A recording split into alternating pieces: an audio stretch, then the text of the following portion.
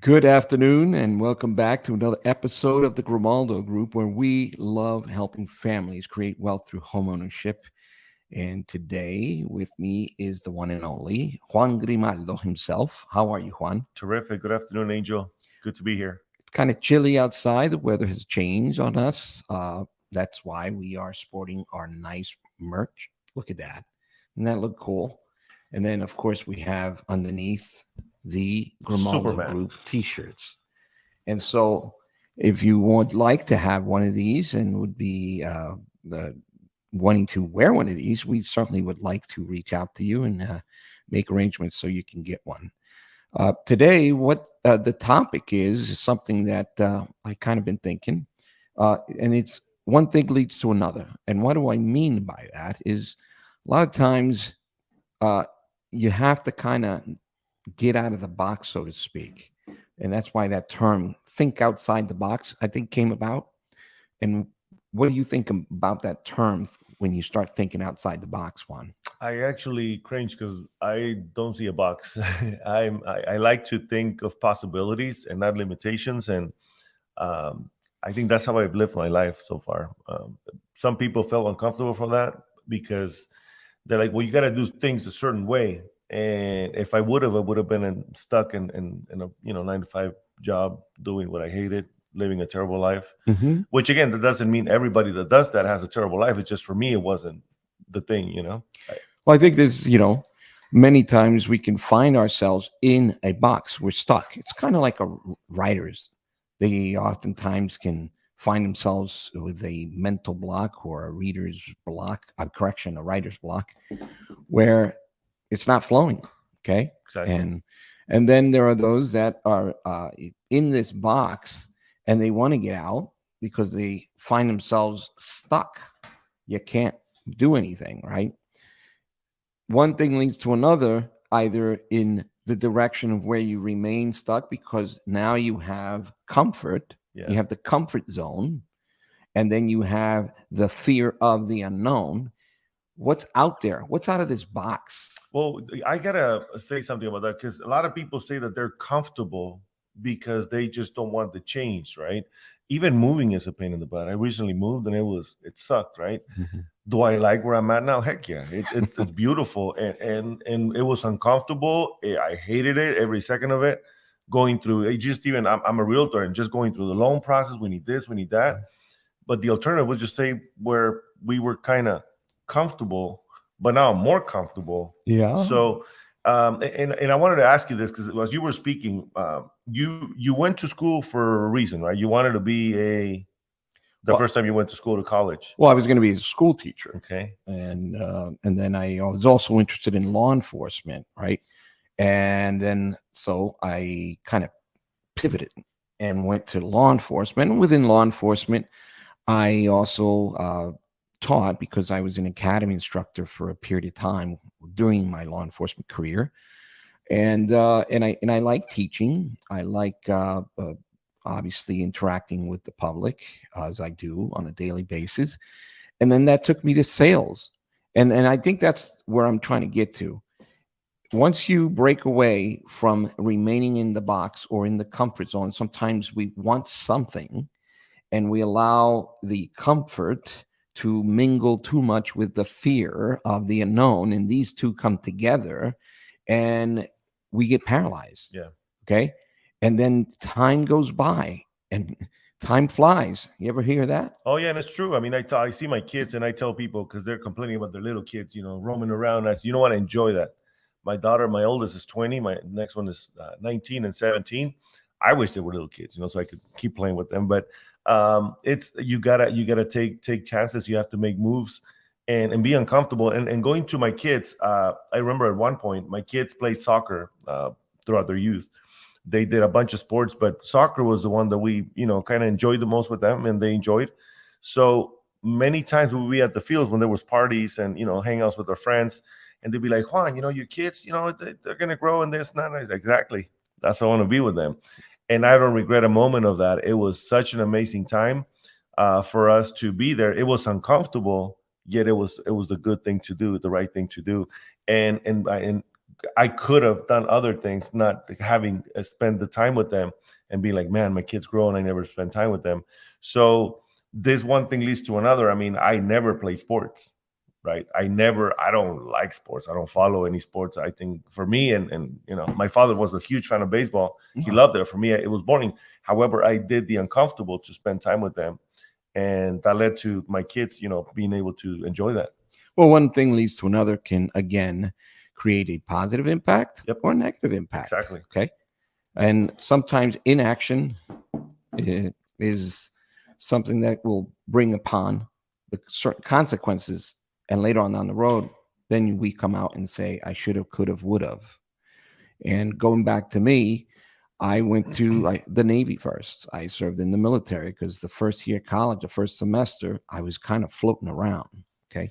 But there was a desire to do better. You have to start with that desire and work towards developing yourself.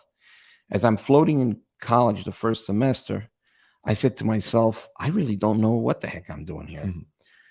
But instead of just taking a break from college and just goofing off, I said, I need to challenge myself and I need to join the military and serve my country and so on while I get the juices flowing. You have to place yourself in an area or in a place where you get the momentum going, the juices flowing. You have some end in mind. You're not just going and not having a sail, right? Because if you just go through the motions and you say, well, you know what, I don't want to go to school. This is not what I want. I'll just take a break, like you mentioned. But instead you took action and went to Navy. So how was that? Well, it was great. Was it challenging at first? Yeah. But by the same token, it was very rewarding. So, and then I got the GI Bill. And then I came out of the service and remain in the reserves. Okay. That's 1 week in a month and 2 to 3 weeks out of the year where I get activated. So I'm still serving America. And I get the GI Bill and I go to school. So I go to school full time as I'm working full time. That's awesome. And I began to raise a family. So I was tackling several things at the same time. So when people say, I can't do that, it's overwhelming. Well, no one said it was not going to be overwhelming. But if you take advantage of your youth, and I'm speaking to the young America out there, you were meant to do great things during your youth. And I'm not saying don't go and have a vacation and stuff, but there were 4 years of my life after I got out of the military. I didn't watch TV. I didn't go to the movies. Okay. Every so often I went to the beach, and then I had little ones. So I went and worked all day. I got in at 5 a.m. at a delicatessen. Okay. Got out at 1:30. And then I was in class at 3:00 in the afternoon till around 9:30. I think it was 10 o'clock. Then I had to study. I had to do homework. So I was getting an average 4 hours of sleep. Okay. So that's the commitment that I had. And so that began to lead me in the direction of doing greater things. And then it got to the point I had various jobs. Okay. Because if one, all of a sudden the bakery closed or whatever the case may be, you can't just say, what do I do now? Yep. You can say that and ask yourself, but you have to start connecting the dots and moving and moving. A body in motion tends to remain in motion. And that's why I believe you have to remain active. So make a long story short, if you are out there contemplating the idea, I want to have a home, and you've been thinking about it, give us a call. I'd love to have the opportunity to sit down and let's do a game plan. Mm-hmm. It's like someone that would like to change their life. They're probably down and out, and they say, I want to go to church, but I got to be perfect before I go to church. Mm-hmm. All right. It's like someone else that's ill, is not feeling well physically, and says, I know I got to go to the hospital. I want to make sure I'm better before I go to the hospital.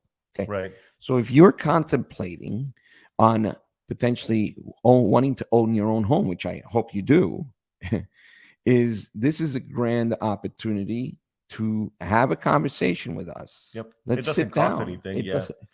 It doesn't. I mean, we take the time, we sit down. Yep. And this is what we do on a daily basis, and we love what we do. We do consultations just like doctors, and we see where you're at and where you want to be at. And then, like Angel said, we come up with a game plan. So if you're contemplating purchasing, selling, you got to strategize, right? Oftentimes, most people don't get anywhere because they just don't start, right? It's simple.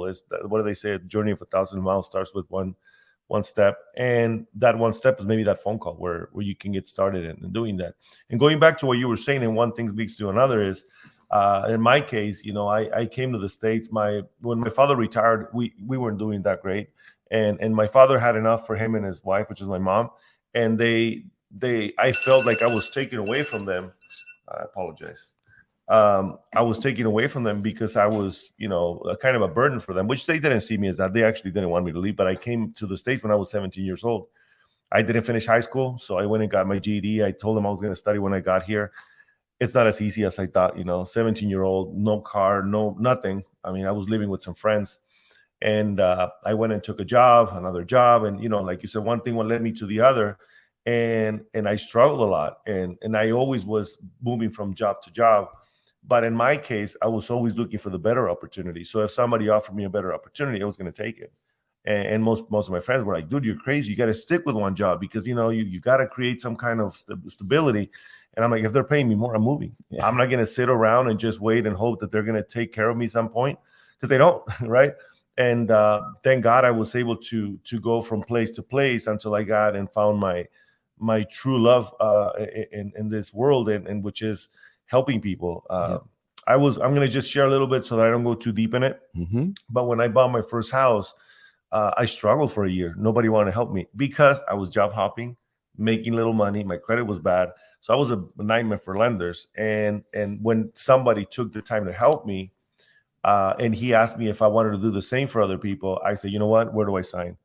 Out of a whole year knocking on doors, nobody opening up a door, I know how it feels. And a lot of times I have friends that are in the industry and colleagues, and they stay away from people that don't have their perfect situation. For me, I know what it feels not to be perfect and how to be on the other side of the table. And it became a mission. It's still a mission. And that's kind of like, I was talking to Raul yesterday, one of our team members, and I was saying, this is what we do. This is our community service. Yes. We've been blessed by being in this profession, and we want to give back, and we have to give back. It is our obligation as agents. And for me, I take that to heart. So one thing led to the other, to where now I'm in a place where I'm able to assist those that want to do it, because again, I cannot do things for you. Yes. We can show you the path. What do they say? You can take a horse to the water, but you cannot make it drink. Correct. So we're here to help. We're here to assist. And that's our mission. Our mission is to make sure that we provide you guys with the resources, so you don't get to the point where you're about to retire and you realize that you're never, ever going to retire because you don't own a home and your rent keeps rising every single year. And now you're so far behind that you can't get there. It's heartbreaking. It is. It just breaks. And sadly, we see it all the time. Yes. And that's why we like sending out the message. There is hope. And those of you that are in the younger generation, there is even greater hope for you because you have time on your side. They can create wealth, Angel. Like, if this is life-changing, if you really want to do this, I have a client, and his girlfriend was going to be here with us for an interview, and he is 23 years old. He's on his third home now. Awesome. And he's doing Airbnb, and he's renting the rooms, and he's making he's a millionaire already. Yep. 23-year-old kid. It can be done. It can be done, and we can help you. It's simple, right? Not easy, but simple. Yeah. Well, I mean, again, if you feel you're in the box that we began to speak about, and Comfort Zone gets together with fear of the unknown, and they start communicating with you and telling you, don't move. You don't know what's out there. What if and this and that. I say break away from that. Seek counsel. When I say seek counsel, seek advice from the right people. Yep. Because of, your cousin Vinny from down the road and Joe Schmuckatelli from the other street, who doesn't really do much but stand on the corner street, tells you, don't listen to people that tell you to buy a house or do this or do that. They just want to make a commission. Correct. It goes a lot further than that. Okay. So be careful where you get your advice from. And if your friends and family would love to take time, we would love to share more information with you regarding home buying and investing in real estate. And don't listen to the noise. The news they want your attention, so they're going to make it very dramatic. Yes, our market is cyclical, goes up, goes down, goes sideways. But in reality, we shared the other day a little post about homes back in the 50s for $7,500. They've never come back to that price. Yeah. So just know the fact that it is the path to wealth. Ask any millionaire, billionaire where they put their money to where it's safe, and it's real estate. It's not going anywhere. People need a home. Yeah. It's just like food, right? So go with the experts, and we love. Obviously we want to be the experts of choice. And but again, go to an expert. Make sure that you guys don't get your information, like Angel said, from your cousin Vinny or someone that doesn't know what they're talking about. I'm from Jersey, brother. Right. This is Joe Schmuckatelli and Yo Vinny. Anyways, thank you for this time that you allowed us to be with you. And again, we're here to serve. And any last words, Juanito? No, God bless you guys. The holiday season is coming, and we're super grateful for you guys. Have an amazing time. Enjoy, and God bless you all. God bless you. Have a good one. Take care.